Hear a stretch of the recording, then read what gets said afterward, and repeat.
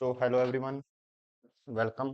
स्वागत है आपका हमारे चैनल में। आज हम बात करेंगे जैनिज्म के बारे में। तो चलिए शुरू करते हैं।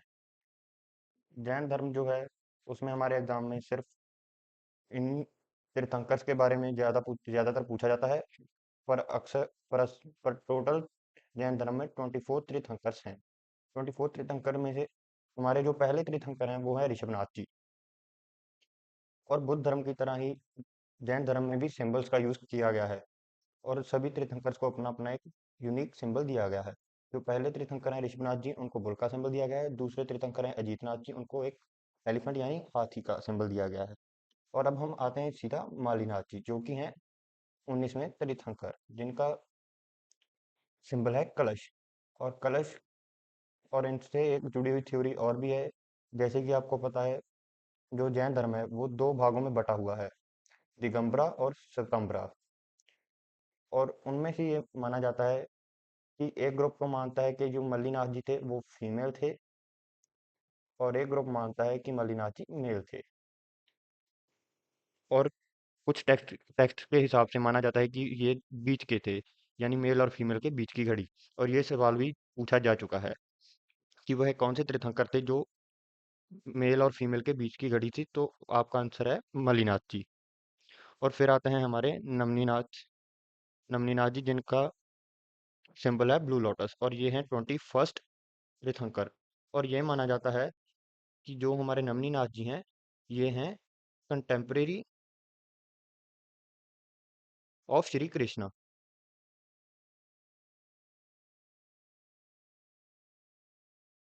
कंटेम्परेरी का मतलब होता है कि एक समय पे जीने वाले दो लोग, यानी कि ये एक समय पे जीवित थे, यानी कि एक टाइमलाइन पे ये दोनों जीवित थे। और कुछ इतिहासकारों या और टेक्स्ट के हिसाब से ये माना जाता है कि ये दोनों अच्छे दोस्त भी थे। और फिर आते हैं हमारे रेथान नेमी जी, जिनका सिंबल है शंख। और ये जो थे ये 22वें तीर्थंकर थे। और पार्श्वनाथ जी 23वें तीर्थंकर, और महावीरा जी 24वें तीर्थंकर। और जिन महावीरा जी से ज्यादातर हमारे एग्जाम में पूछा जाता है। और इनका जो सिंबल था वो था लायन यानी कि शेर। और पार्श्वनाथ जी का सिंबल था स्नेक यानी सांप।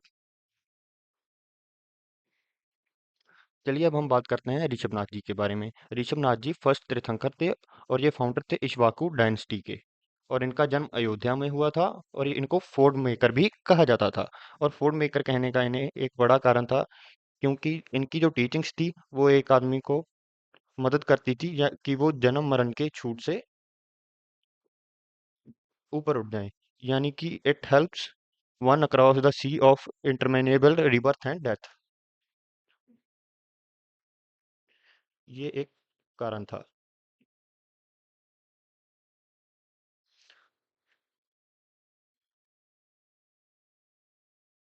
और ये आदिनाथ, आदिश्वरा, युगादेवा, नाभ्या, ये इनके कुछ नाम थे। और फिर हमारे आते हैं पार्श्वनाथ जी, जो कि 23rd तीर्थंकर थे। इनका जन्म वाराणसी में हुआ था। और ये सिर्फ ऐसे एक तीर्थंकर हैं जिनको ये टाइटल दिया गया था। इनको प्रोपोगेटर और रिवाइवर ऑफ जैनिज्म भी कहा जाता है, यानी कि इनकी वजह से जैनिज्म दोबारा उभर कर आगे आया था। और जी हाँ, मैं आपको एक बात और बतानी चाहूंगा।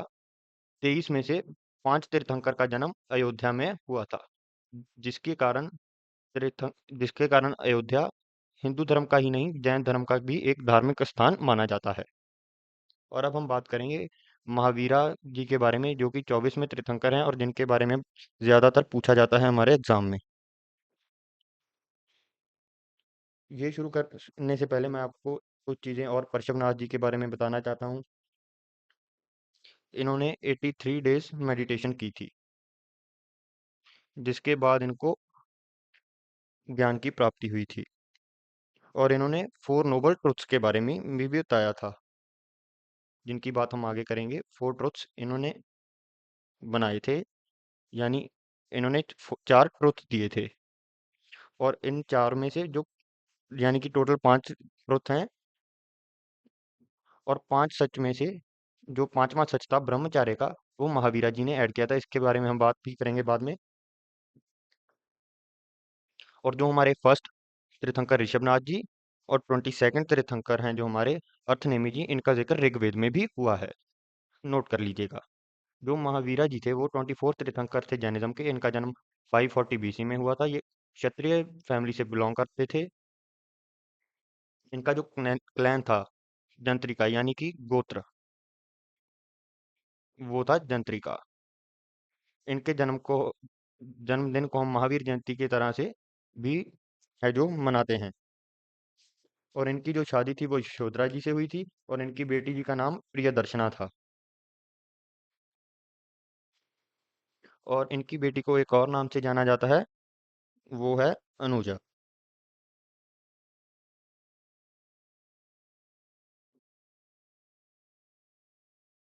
और इनको और इन्होंने अपना जो एस्केटिक जीवन यानी कि सन्यासी जीवन,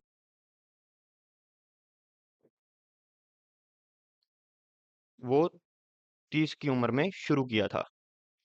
और 30 की उम्र के बाद इन्होंने 12 साल मेडिटेशन की यानी तपस्या की। और 12 साल की मेडिटेशन के बाद 42 की एज पे, जब ये 42 साल के थे, तब इनको ज्ञान की प्राप्ति हुई यानी कि एनलाइटमेंट। और एनलाइटमेंट के बाद इनको केवालिन कहा गया। क्या कहा गया? केवालिन। और इनको कई और नामों से जाना जाता था, जैसे कि इनको जिना भी कहा जाता था। और जिना इनको इसलिए कहा जाता था, इसका मतलब है कॉन्करर ऑफ और ऑल सेंसेस यानी कि संपूर्ण ज्ञानी। और इनके जो फॉलोअर्स थे वो इन्हें जिनास भी कहते हैं, एस के साथ। इन्होंने पावा चलिए आपको लिख के बता देता हूँ।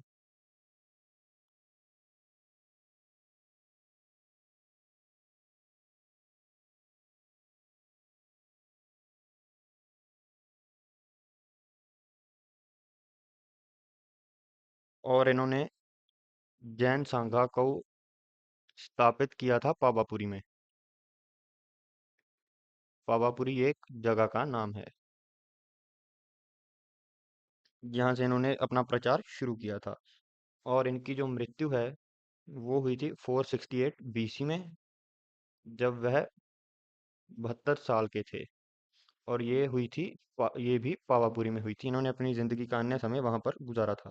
अब हम कुछ और फैक्ट्स के बारे में जान लेते हैं जैनिज्म के बारे में। जैसे कि थ्री ज्वेल्स इनको त्रितना भी कहा जाता है, जिसका मतलब है राइट फेथ, जिसको साम्याका दर्शन, राइट नॉलेज यानी कि साम्याका ज्ञान, राइट कंडक्ट में साम्याके चरित्र कहा जाता है। इसका मतलब है कि सही ज्ञान, सही दर्शन और सही चरित्र। सही चरित्र, सही ज्ञान और सही दर्शन। और अब हम आते हैं 5 डॉक्ट्रिन्स ऑफ जैनिज्म, जिसके बारे में मैं आपको पहले भी बता चुका हूँ कि हम आगे बात करेंगे। और इन चार में से, जैसे कि मैं आपको यहाँ पर भी बता चुका हूँ, ये जो चार सच थे ये परशुनाथ जी यानी कि 23rd तीर्थंकर जी ने दिए थे। ये वाले जो चार हैं, ये चार हमारे दिए थे 23rd तीर्थंकर, जो हमारे थे प्रशवनाथ जी। और ये वाला लास्ट ब्रह्मचार्य हमारे 24th तीर्थंकर यानी महावीरा जी ने दिया था। अहिंसा का मतलब होता है नॉन वायलेंस। और सत्य का मतलब होता है सच बोलना, आप सबको तो मालूम ही होगा। असत्य का मतलब होता है कि झूठ ना बोलना, गलत का साथ ना देना। और ब्रह्मचर्य का मतलब होता है सेलिबेसी।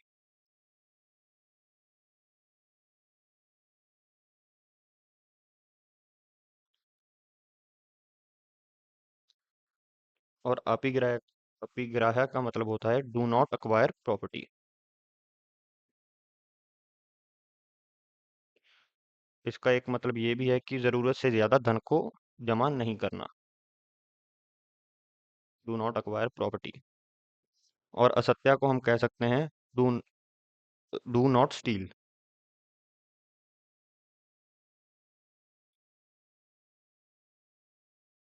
यानी कि चोरी ना करना। और अहिंसा का मतलब है नॉन वायलेंस। और अब हम आते हैं काउंसिल्स यानी कि मीटिंग्स पर। जो पहली काउंसिल हुई थी वो हुई थी 300 बीसी में पाटलिपुत्रा में। और इसके जो चेयरपर्सन थे उनका नाम ये है। इसमें 12 अंक थे, उनको लिखा गया था, उनकी कंपाइलेशन हुई थी। और दूसरी मीटिंग हुई थी 521 एडी में।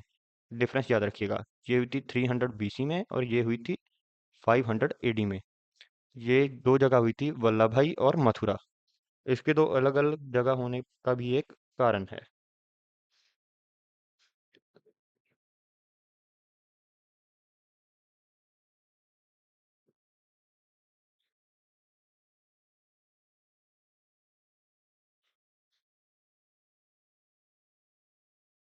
और इसके जो वल्लभाई में हुई थी उसके चेयरपर्सन है नागार्जुना जी।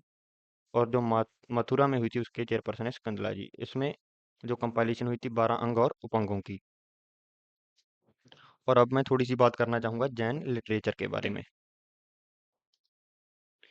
देखिए, जैन लिटरेचर जो है उसको अगम कहा जाता है। और सबसे एशियंट जो है, सबसे एशियंट लिटरेचर उसको पूर्व कहा जाता है। Most ancient literature of Jainism. और इनके जो धार्मिक ग्रंथ हैं वो हैं अंग, उपमंग, परिकरण, मलसूत्र और लास्ट में है छेद सूत्र। और जो अंग हैं ये 12 हैं, उपंग भी 12 हैं, परिकरण 10 हैं, मलसूत्र 4 हैं, छेद सूत्र 6 हैं।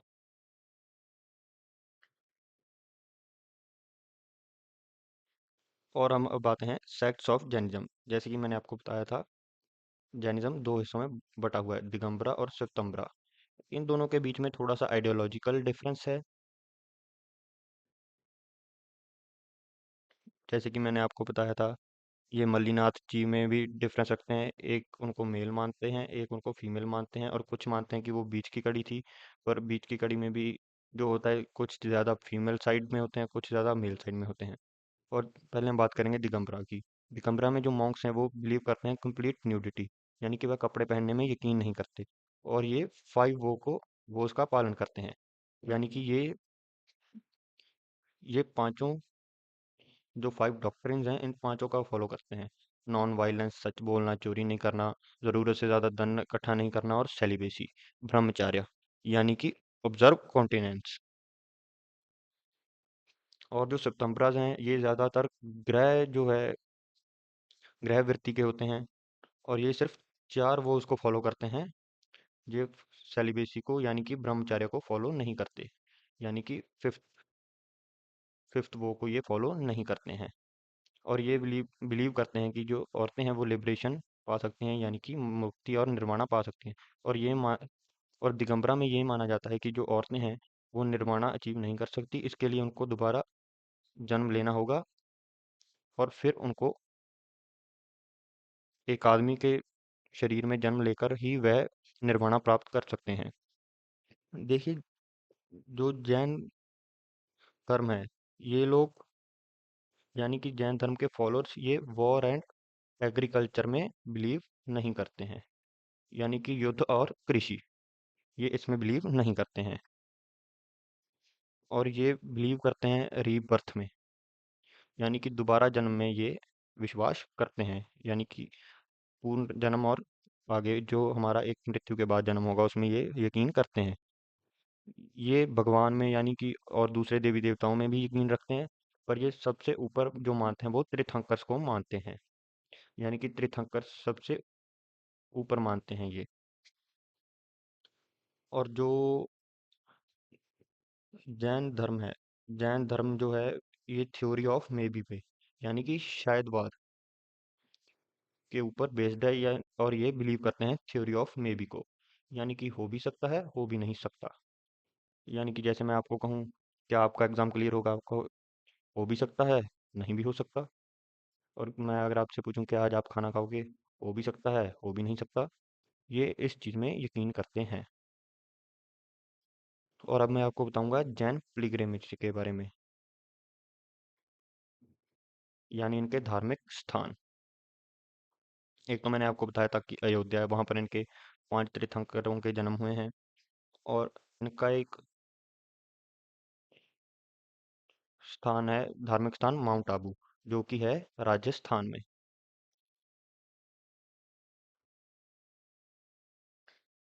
इनके और भी कई जगह पर धार्मिक स्थान हैं, जैसे कि श्रीनगर, जूनागढ़, ये जगह गुजरात में है। जैसे कि शरणबेलगोला, कैलाश पर्वत, समद शिखर, समाध शिखर,